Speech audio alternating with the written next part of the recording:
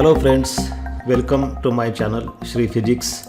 Today we are going to study about one application of Wheatstone's bridge, that is strain gauge.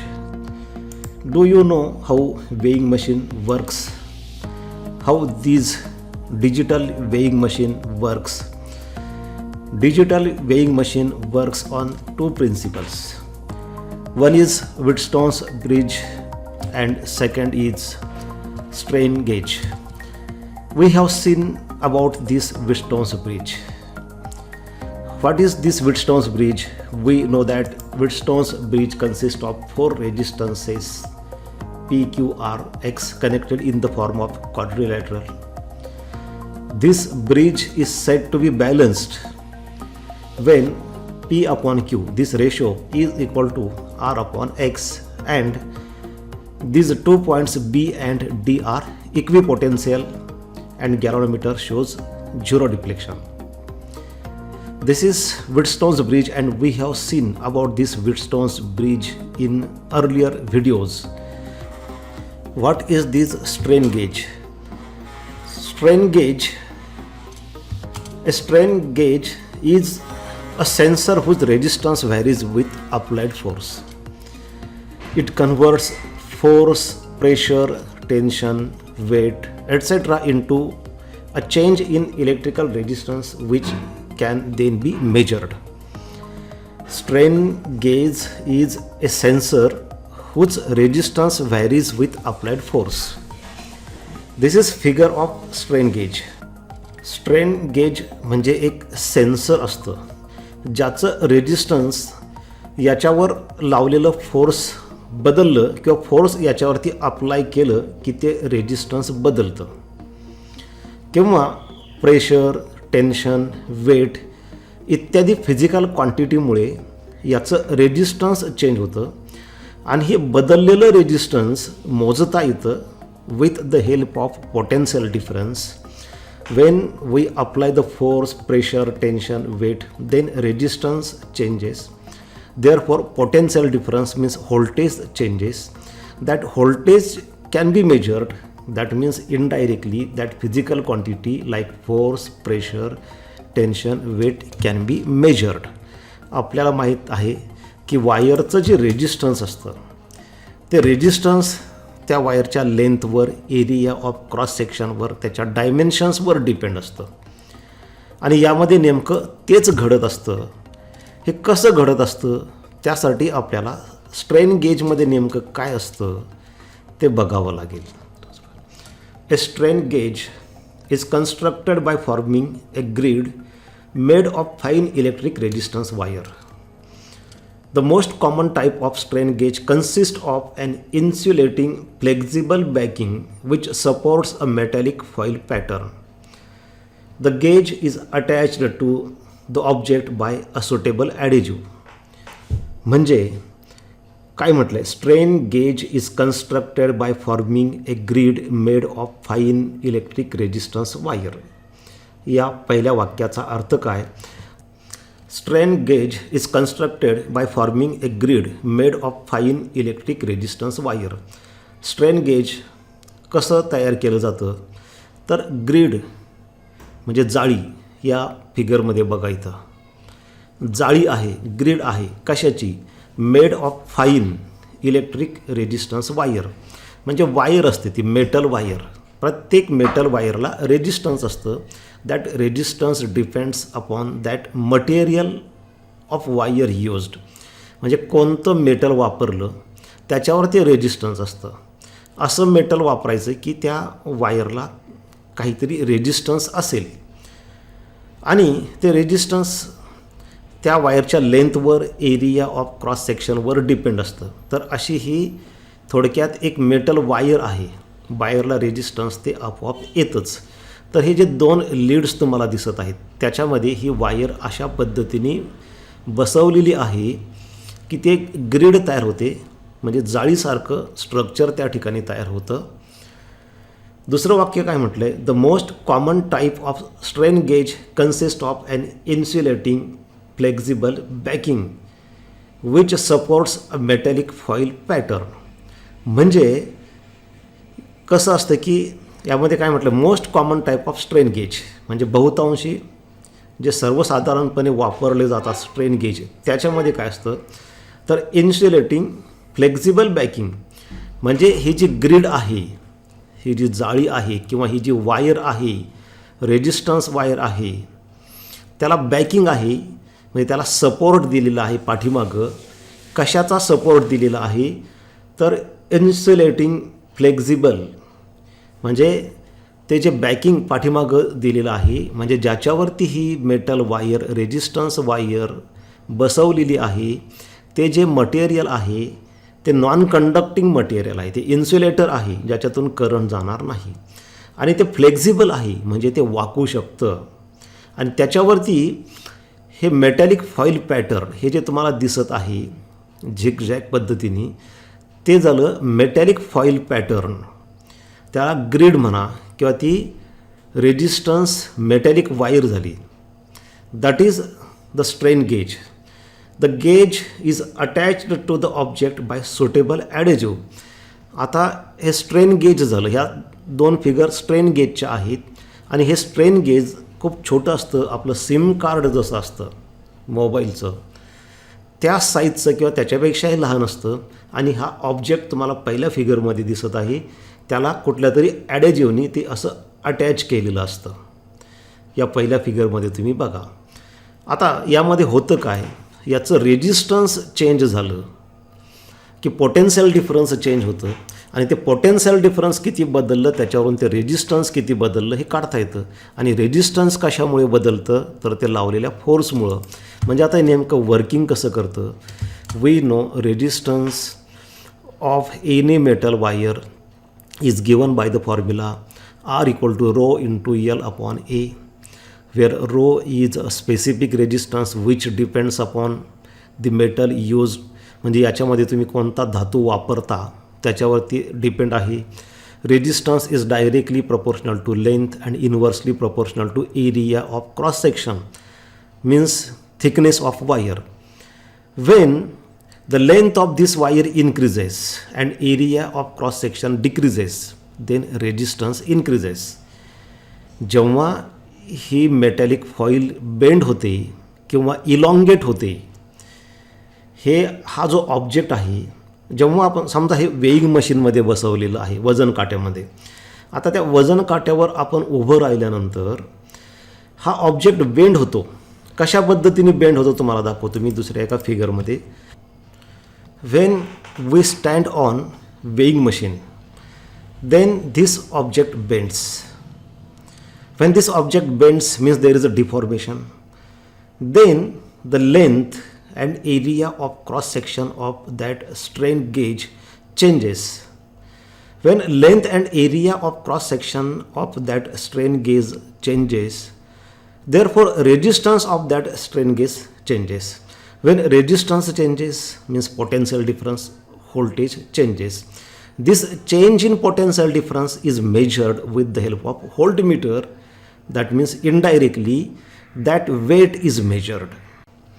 That means when physical quantity like force, tension, weight, pressure, etc. changes, then length of this resistance wire changes.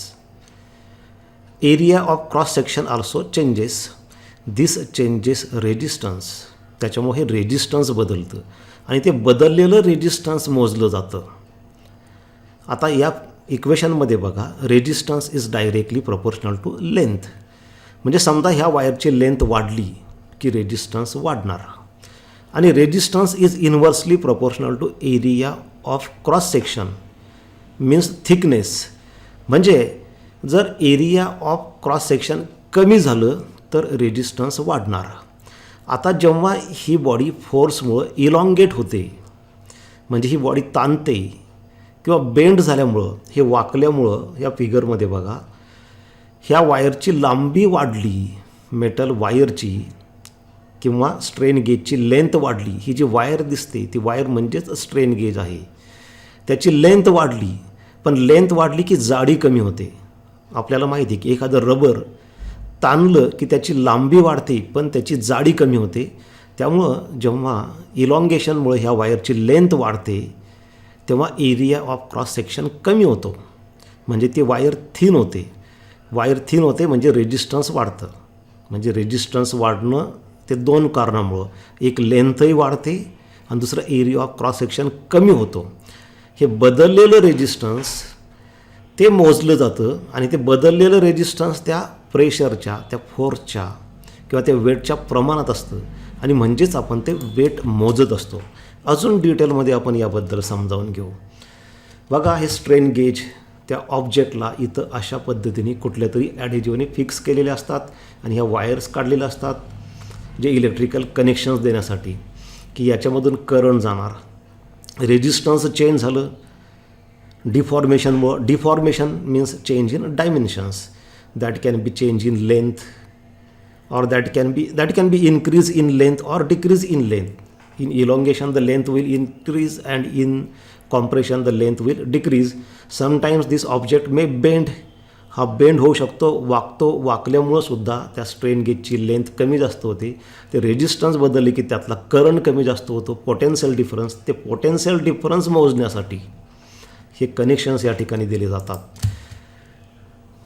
बघा, strain gauge हे अशा पद्धतीने actual, आता या दुसऱ्या फिगरमध्ये इथं दाखवलेलं आहे की समजा एका साईडला बेंड झाल्यानंतर, हे अजून तुम्हाला मोठी फिगर इथं मी दाखवतो की समजा ही फिगर आहे, हा स्ट्रेन गेज आहे. म्हणजे जेव्हा याच्यावर फोर्स लावलेलं नाही, पहिली figure, there is no force acting on that body. किंवा वेईंग मशीनमध्ये बसवलेलं असेल तर त्याच्यावरती काहीही वजन ठेवलेलं नाही, तर ही थिन वायर जी दिसते that is a strain gauge. Then it has its actual length and area of cross section. Due to force, due to weight or due to pressure or tension, this object bends. हा object bend झाला की ह्या strain गेजची length वाढते. Length वाढले की area of cross section कमी होतो. Therefore tension, area नॅरोज म्हणजे जाडी कमी होते. Length increases and resistance increases, याच्यामुळं रेजिस्टन्स वाढतं. आणि समजा हा अपोजिट डायरेक्शनला बेंड झाला, ही तिसरी फिगर बघा, कॉम्प्रेशन झालं की तो अपोजिट साईडला बेंड होणार, तेव्हा याची लेंथ कमी होते आणि एरिया ऑफ क्रॉस सेक्शन वाढतो. लेंथ कमी झाली की रेजिस्टन्स कमी होतं आणि एरिया ऑफ क्रॉस सेक्शन वाढला, जाडी वाढली की त्याच्यामुळेही रेजिस्टन्स कमी होतं. तर अशा पद्धतीने लावलेल्या फोर्सप्रमाणे आपण जेव्हा उभं राहतो वेईंग मशीनवर तेव्हा आपलं वजन म्हणजेच फोर्स असतं किंवा टेन्शन असेल, प्रेशर असेल, त्याच्यामुळं हा ऑब्जेक्ट बेंड होतो. तो ऑब्जेक्ट बेंड झाला की त्याला जोडलेलं हे स्ट्रेन गेज हे वाकतं, डिफॉर्मेशन त्याच्यामध्ये होतं. त्याच्यानुसार इलॉंगेशन किंवा कॉम्प्रेशन होईल, त्याच्यानुसार ती लेंथ आणि area of cross section change होईल. This will cause change in resistance. या फिगरमध्ये सुद्धा दाखवलेलं आहे की रेजिस्टन्स कसं चेंज होतं. पहिल्या फिगरमध्ये टेन्शन फोर्स लावलं, म्हणजे फोर्स लावल्यामुळं इलॉंगेशन झालं, एक्सटेन्शन झालं ह्या ऑब्जेक्टमध्ये. तर खाली फिगरमध्ये पहा, या ठिकाणी दाखवलेलं आहे, इथं वायरची लेंथ वाढते, एरिया ऑफ क्रॉस सेक्शन कमी होतो, त्यामुळे रेजिस्टन्स वाढतं. दुसऱ्या फिगरमध्ये काय कॉम्प्रेशन दाखवलेलं आहे. कॉम्प्रेशनमुळं हे स्ट्रेन गेजचं सुद्धा कॉम्प्रेशन होतं, त्यामुळे लेंथ कमी होते पण एरिया ऑफ क्रॉस सेक्शन वाढतो आणि त्याच्यामुळं रेजिस्टन्स बदलतं. आणि हे बदललेलं रेजिस्टन्स पुढे पोटेन्शियल डिफरन्समध्ये चेंज करतं आणि ते चेंज इन पोटेन्शियल डिफरन्स मोजल्या जातं. Therefore we can say that change in resistance of this strain gauge is directly proportional to applied force. That force may be weight or tension or sometimes that may be pressure. जसं force असेल, जसं वजन असेल त्याप्रमाणे हे resistance बदलेल. And we know change in potential difference is directly proportional to resistance. We know Ohm's law, V is equal to I into R. Therefore change in potential difference is directly proportional to resistance. म्हणजे इथं बघा, change in potential difference is directly proportional to resistance and resistance is directly proportional to applied force. म्हणजे आपण म्हणतो A is directly proportional to B, B is directly proportional to C. याचा अर्थ A is directly proportional to C. Therefore we can say change in potential difference that is directly proportional to resistance and resistance is directly proportional to force. Therefore we can say change in potential difference is directly proportional to force. And this change in potential difference can be measured on voltmeter. हे जे voltmeter असतात बघा इथं अशा पद्धतीने, तर ह्या व्होल्टमीटरवरती बघा इथं व्होल्टमीटर आहे, ह्या व्होल्टमीटरवरती आपल्याला रीडिंग मिळेल ज्या पद्धतीने हे रेजिस्टन्स कमी जास्त होईल. म्हणजे हे रेजिस्टन्स आणि हे रेजिस्टन्स कशाप्रमाणे कमी जास्त होईल, तर आपण लावलेल्या फोर्सप्रमाणे, आपल्या वजनाप्रमाणे, वेटप्रमाणे हे रेजिस्टन्स बदललं की त्या प्रमाणामध्ये हे व्होल्टेज चेंज होईल आणि ते बदललेल्या व्होल्टेजवरून आपण फोर्स काढू शकतो. This scale can be directly calibrated in unit of mass. म्हणजे इथं जे व्ही दिसतं आहे पोटेन्शियल डिफरन्स, त्याच्याऐवजी ही स्केल आपल्याला अशा पद्धतीने कॅलिब्रेट करता येते की डायरेक्ट वजन आपल्याला या ठिकाणी दिसेल. 10 किलो, 20 किलो, 30 किलो, 50 किलो काय असेल ते अशा पद्धतीने आपण वजन करू शकतो. आता यामध्ये व्हीटस्टोन्स ब्रिजचा काय संबंध येतो ते आपण बघूयात. पण तत्पूर्वी काय मेन पॉईंट्स आपण पाहिले.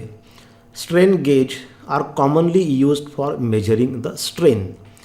म्हणजे जे स्ट्रेन होतं, strain means change in dimensions that can be change in length, change in area of cross section, that can be bending of that strain gauge, that is measured with the help of strain gauge.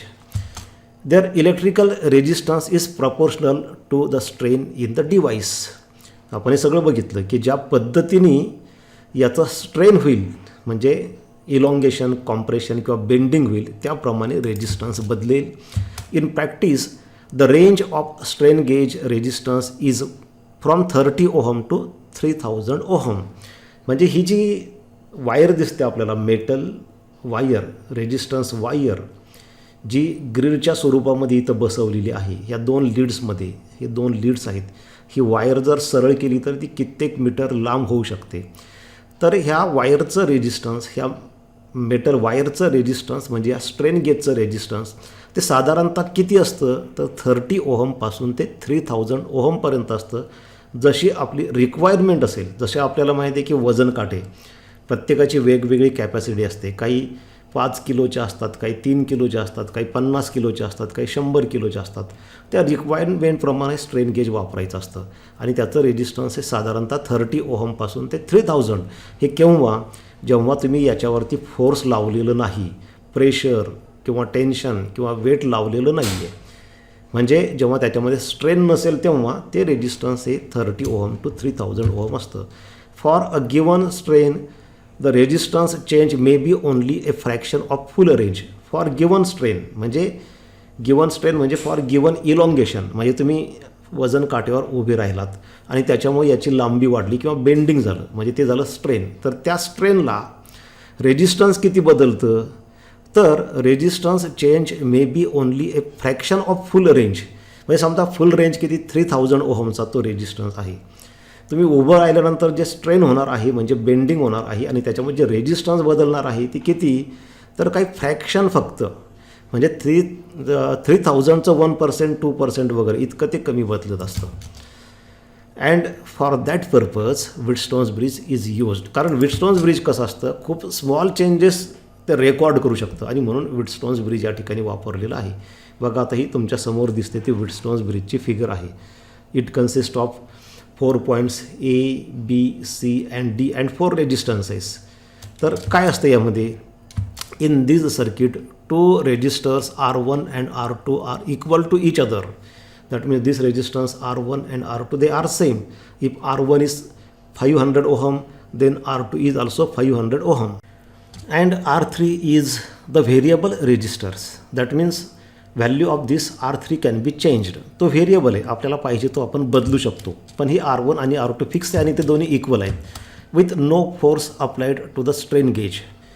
आता याच्यामध्ये ह्या चौथ्या ब्रांचमध्ये आपल्याला माहिती आहे की व्हीटस्टोन्स ब्रिजमध्ये 4 resistance असतात. तर त्यापैकी R1 R2 हे 2 झाले. R3 हा व्हेरिएबल तिसरा रेजिस्टन्स झाला. आणि चौथा रेजिस्टन्स जो असतो तो म्हणजे स्ट्रेन गेज. त्याचं रेजिस्टन्स आपण पाहिलं की 30 ओहमपासून 3000 ओहमपर्यंत आपण जसा घेऊ तसं ते रेजिस्टन्स असतं. With no force applied to the strain gauge, rheostat is varied and finally position such that voltmeter will indicate zero deflection. That is the bridge is balanced. जेव्हा आपण आता समजा हे स्ट्रेन गेज तुम्ही वेईंग मशीनमध्ये बसवलेलं आहे, त्या वजन काट्यामध्ये बसवलेलं आहे आणि त्याच्यावरती तुम्ही फोर्स लावलेलं नसताना, म्हणजे त्याच्यावर वजन ठेवलेलं नसताना याच्यावरती काही स्ट्रेन होणार नाही, काही बेंडिंग होणार नाही. त्यामुळे त्याचं जे रेजिस्टन्स असेल ओरिजिनल, समजा ते 3000 असेल तर ते 3000. मग त्यावेळी काय करायचं, हे जे व्हेरिएबल रेजिस्टन्स आहे हे चेंज करायचं आणि असं ॲडजस्ट करायचं की हे ब्रिज बॅलन्स होईल. जेव्हा ब्रिज बॅलन्स होतं तेव्हा आपल्याला माहीत आहे की हे 2 पॉईंट्स ए आणि बी, आधीच्या फिगरमध्ये आपण काय पाहिलेलं आहे, ती व्हीटस्टोन ब्रिजची फिगर होती पहा, त्याच्यामध्ये आपण ही फिगर आहे. त्याच्यामध्ये हे 2 पॉईंट्स आहेत बी आणि डी. ते 2 पॉईंट्स इक्विपोटेन्शियल. ई आणि सीमध्ये बॅटरी असते जोडलेली, पहा ही सेल प्लग की. ते 2 पॉईंट्स, ज्या 2 पॉईंट्समध्ये बॅटरी जोडलेली आहे ते सोडून द्या, म्हणजे राहिलेले कोणते बी आणि डी. ते 2 पॉईंट्स इक्विपोटेन्शियल होतात जेव्हा ब्रिज बॅलन्स होतं. इथे काय केलेलं आहे की बॅटरी सी आणि डी या 2 पॉईंट्समध्ये जोडलेली आहे. म्हणजे आता इक्विपोटेन्शियल होणार ते पॉईंट्स ए आणि बी. जेव्हा तुम्ही हे रेजिस्टन्स अशा पद्धतीने ॲडजस्ट करणार, R1 R2 फिक्स आहे, हे RG म्हणजे स्ट्रेन गेजचं रेजिस्टन्स पण काहीतरी कॉन्स्टंट आहे, 3000 ओहम आहे समजा. हे रेजिस्टन्स R3 अशा पद्धतीने ॲडजस्ट करा की ए आणि बी इक्विपोटेन्शियल होतील, म्हणजे ए आणि बीचं पोटेन्शियल सारखं होईल, म्हणजे त्याच्यामध्ये पोटेन्शियल डिफरन्स नसणार. आता पोटेन्शियल डिफरन्स आहे की नाही हे कसं मोजणार, तर ए आणि बीच्यामध्ये व्होल्टमीटर जोडल्या जाईल अशा पद्धतीने. हा व्होल्टमीटर आहे. आता हे दोन्ही पॉईंट जर इक्विपोटेन्शियल झालेले असतील ए आणि बी, तर याच्यामध्ये पोटेन्शियल डिफरन्स नाही, म्हणजे पोटेन्शियल डिफरन्स 0 आहे, म्हणजे व्होल्टेज 0 आहे. तेव्हा हे व्होल्टमीटर इथं 0 रीडिंग दाखवेल आणि तेच इथं सांगितलेलं आहे. With no force applied to the strain gauge, म्हणजे या स्ट्रेन गेजवरती काहीही फोर्स लावलेलं नसताना रिओस्टॅट इज व्हॅरिड, म्हणजे हे व्हेरिएबल रेजिस्टन्स ते बदललं आहे. And finally position such that the voltmeter will indicate zero deflection, म्हणजे ए आणि बीमध्ये हा व्होल्टमीटर इथं दाखवलेला नाही आहे, तो झिरो डिप्लेक्शन दाखवेल, म्हणजेच ए आणि बी इक्विपोटेन्शियल झालेलं आहे. The bridge is balanced. Now the strain at this condition represents the zero of the gauge, म्हणजे याचा अर्थ याच्यामध्ये स्ट्रेन नाही, म्हणजे जे स्ट्रेन गेज आपण बसवलेलं आहे त्यामध्ये ते वाकलेलं नाही किंवा त्याच्यामध्ये इलॉंगेशन झालेलं नाही, कॉम्प्रेशन झालेलं नाही, त्याच्या नॉर्मल पोझिशनला ते आहे. If the strain gauge is either stretched or compressed then resistance changes. आता समजा हा स्ट्रेन गेज जो आहे त्याच्यावरती आपण फोर्स लावलं, प्रेशर, टेन्शन, वेट लावलं, तर त्याचं इलॉंगेशन होणार किंवा कॉम्प्रेशन होणार किंवा तो बेंड होणार. बेंड झालं की त्याचं रेजिस्टन्स चेंज होणार. आता हे रेजिस्टन्स चेंज झालं की हे ब्रिज डिस्टर्ब होणार, जे बॅलन्स झालं होतं ते अनबॅलन्स्ड होणार. म्हणजे हे ए आणि बी 2 पॉईंट्स जे इक्विपोटेन्शियल झाले होते ते आता इक्विपोटेन्शियल असणार नाही, दोघांचं पोटेन्शियल सारखं असणार नाही. म्हणजे समजा एचं 15 व्होल्ट झालं आणि बीचं 10 व्होल्ट झालं, तर याच्यामध्ये पोटेन्शियल डिफरन्स 15 - 10 म्हणजे 5 व्होल्ट होणार आणि ते 5 व्होल्ट आपल्याला या व्होल्टमीटरवरती इथं ते दाखवणार. आणि अशा पद्धतीने त्यामुळे काय होणार, this produces a voltage indication on voltmeter which corresponds to the strain change. म्हणजे हे व्होल्टेज जे मिळणार आहे आपल्याला त्या व्होल्टमीटरवरती ते ह्या स्ट्रेनला प्रपोर्शनल असणार आहे. जेवढं स्ट्रेन जास्त होणार तेवढं व्होल्टेज पण जास्त आपल्याला मिळणार आहे, तेवढं पोटेन्शियल डिफरन्स जास्त निर्माण होणार आहे. if the strain applied on the strain gauge is more, then the voltage difference across the meter terminal is more. जेवढं हे स्ट्रेन जास्त असेल, म्हणजे जेवढं वजन जास्त तुम्ही लावणार, जेवढं फोर्स जास्त लावणार, तेवढं स्ट्रेन जास्त होणार, तेवढं इलॉंगेशन जास्त होणार, तेवढं रेजिस्टन्स जास्त बदलणार, तेवढं इथलं पोटेन्शियल डिफरन्स जास्त बदलणार. आणि पोटेन्शियल डिफरन्स जास्त बदलणार, त्या पोटेन्शियल डिफरन्सवरून आपण ते वजन मोजणार. If the strain is 0, then the bridge is balanced, the meter shows 0 reading. जर समजा याच्यामध्ये स्ट्रेनच नसेल, म्हणजे याच्यावर फोर्सच लावलं नाही, तर ही ब्रिज बॅलन्स असणार आहे. आणि ब्रिज बॅलन्स असेल तर व्होल्टमीटर 0 रिडिंग दाखवणार. आता त्या व्होल्टमीटरच्या जागी तुम्ही डायरेक्ट इथं स्केल कॅलिब्रेट करू शकता आणि व्होल्टच्या जागी तुम्ही या ठिकाणी KG लिहू शकता आणि प्रॉपर स्केल्स इथं तुम्ही घेऊ शकता. म्हणजे कसं कॅलिब्रेशन कसं करावं लागेल आपल्याला, तर त्या वे मीटरवरती, ज्या वे मीटरमध्ये हे स्ट्रेन गेज बसवलेलं आहे त्याच्यावर समजा तुम्हाला समजा 10 kgचा बॅलन्स तयार करायचा आहे, तर 10 kgचा ऑब्जेक्ट तुम्ही ठेवा किंवा त्याच्यावरचं वजन तुम्ही असं बदला, व्हेरिएबल वजन ठेवा, कमी जास्त करता येईल. आणि वजन अशा पद्धतीने बदलत राहा की एका विशिष्ट वजनाला हा पॉइंटर फुल स्केल डिफ्लेक्शन दाखवेल. फुल स्केल डिफ्लेक्शन समजा त्याने 50 किलोला फुल स्केल डिफ्लेक्शन दाखवलं, तर मग तुम्ही इथं काय करणार, 50चा आकडा लिहिणार आणि इथं खाली KG लिहिणार. आणि मग 50पासून हे 0 याच्यामध्ये सारख्या डिव्हिजन्स टाकून तुम्ही ती स्केल कॅलिब्रेट करणार. म्हणजे आता तुम्ही त्याच्यावर 10 किलोची वस्तू ठेवली की बरोबर पॉइंटर 10वर येणार. हे जे स्ट्रेन गेज असतात हे वेगवेगळ्या प्रकारचे असतात. म्हणजे तुम्हाला काय मोजायचं आहे, फोर्स, प्रेशर, टेन्शन, वेट आणि वेगवेगळ्या कॅपॅसिटीचे असतात.